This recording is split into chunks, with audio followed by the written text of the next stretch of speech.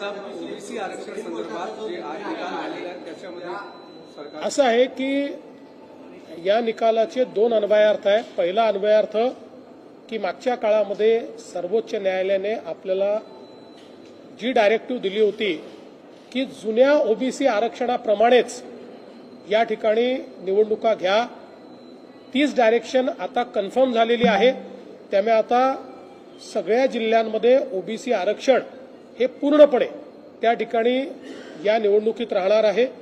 दुसरी मागणी त्यांनी केली होती की 2022 मध्ये जी काही रचना झाली होती त्याप्रमाणे, म्हणजे 3चा प्रभाग वगैरे अशा प्रकारची जी रचना झाली होती त्याप्रमाणे निवडणुका करा। आपल्याला माहिती आहे की तो कायदाच आपण रद्द केला होता। त्यामुळे सर्वोच्च न्यायालयाने सांगितले की आता 2022 प्रमाणे नाही तर 2017 प्रमाणेच या ठिकाणी या निवडणुका होतील।